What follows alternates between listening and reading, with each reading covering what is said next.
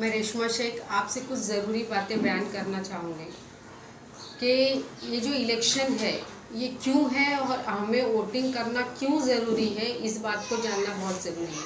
क्योंकि आज़ादी के 75 साल बाद भी लोग इलेक्शन को सीरियसली नहीं लेते और फिर बाद में कहते हैं कि हमारे साथ ये हो रहा है, हमारे साथ वो हो रहा है। जब हम सही कैंडिडेट चुन के पार्लियामेंट में नहीं भेजेंगे तो हम ये किस तरह से ब्लेम कर सकते हैं कि हमारा नेता अच्छा नहीं, हमारा प्रधानमंत्री अच्छा नहीं, हमारा राष्ट्रपति अच्छा नहीं, हमारे नगर सेवक, हमारे आमदार खासदार अच्छे नहीं। क्योंकि हम सोचते हैं एक वोट से क्या होता है, लेकिन एक वोट, आपके एक वोट से भी तख्ता पलट सकता है। देखिए, आज आज़ादी को हमारे 75 साल हो गए, लेकिन क्या जिस तरह के नेता संविधान में जो हमें लिखा हुआ है उस तरह के लोग पार्लियामेंट में जा रहे हैं?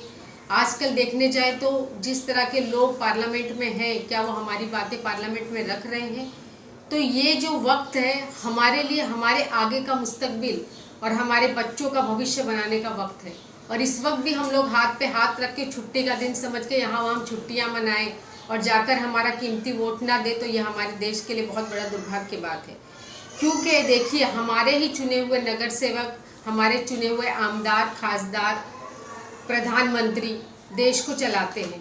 और अगर हम उस बात को सीरियसली ना लें और ये सोचे किसी ने 1500 में पकड़ा दी तो उसे वोट दे दे, या हमारा खिस्सा जो गर्म कर रहे हैं उन्हें हम वोट दे दे, तो हमारी बहुत बड़ी इसमें त्रासदी इसलिए है कि ये लोग हमें आज पैसा खिला रहे, कल को ये लोग हम ही को ही लूटेंगे। क्योंकि मुफ्त में कोई चीज़ कोई करता नहीं और हमारा एक वोट गलत इंसान को हमारे पूरे देश का भविष्य खराब कर सकता है। अगर पढ़ा लिखा समझदार इंसान जो वाकई देश के प्रति समर्पित है, अगर वो इलेक्शन में जाएगा, वो पार्लियामेंट में जाएगा, तो हक की आवाज़ उठाएगा। और जिस तरह से देखिए, हमारा जो संविधान कहता है कि लोकांनी लोकांची आणि लोकांसाठी चालवले राज्य, तो इसमें अगर हम लोग ही उसमें, हमारा उसमें कुछ भी कंट्रीब्यूशन नहीं रहेगा और कोई भी नेता जाकर वहाँ पर बैठ जाएगा जो अपने ही लिए सिर्फ सोचेगा, तो हमारा देश क्या सही चल सकता है, सही राह पर चल सकता है, हमारे देश की प्रगति हो सकती है, हमारे बच्चों का भविष्य सुरक्षित हो सकता है। तो ये सारी चीज़ों को हमें देखना है और हमें बहुत सोच समझकर, किसी की भी बात में ना आकर, दिलो दिमाग से सोचकर वोटिंग करनी है और हर एक को पूरा वक्त निकाल कर वोटिंग के लिए जाना है।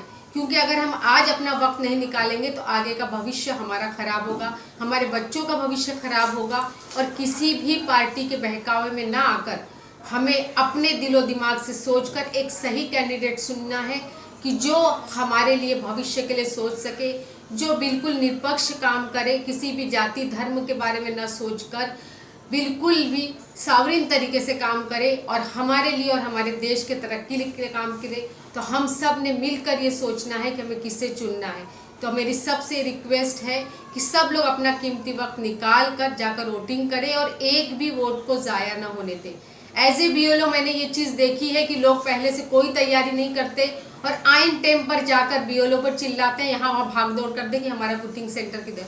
तो इसलिए ये चीज़ आप एक दिन पहले ही अपना पता कर ले कि हमारा कहाँ, कौन से सेंटर पे हमारा है, कहाँ पे जाकर हमें वोट देना है। क्योंकि वक्त पे कभी कभी इतना होता है कि वक्त निकल जाता है और हम वोटिंग भी नहीं कर पाते। तो ये आजकल बहुत से ऐप्स हैं जो मैं डिस्क्रिप्शन में दे दूंगी कि जिससे आप लिंक से आप अपना वोटिंग कहाँ पे है ये पता कर सकते हैं और वक्त पर जाकर अपना वोट दे सकते हैं। तो ये चीज़ कोशिश करें, किसी को ब्लेम न दें, तुम्हारी खुद की जिम्मेदारी है, खुद का हक है, उसको बेहतरीन तरीके से अदा करने की कोशिश करें।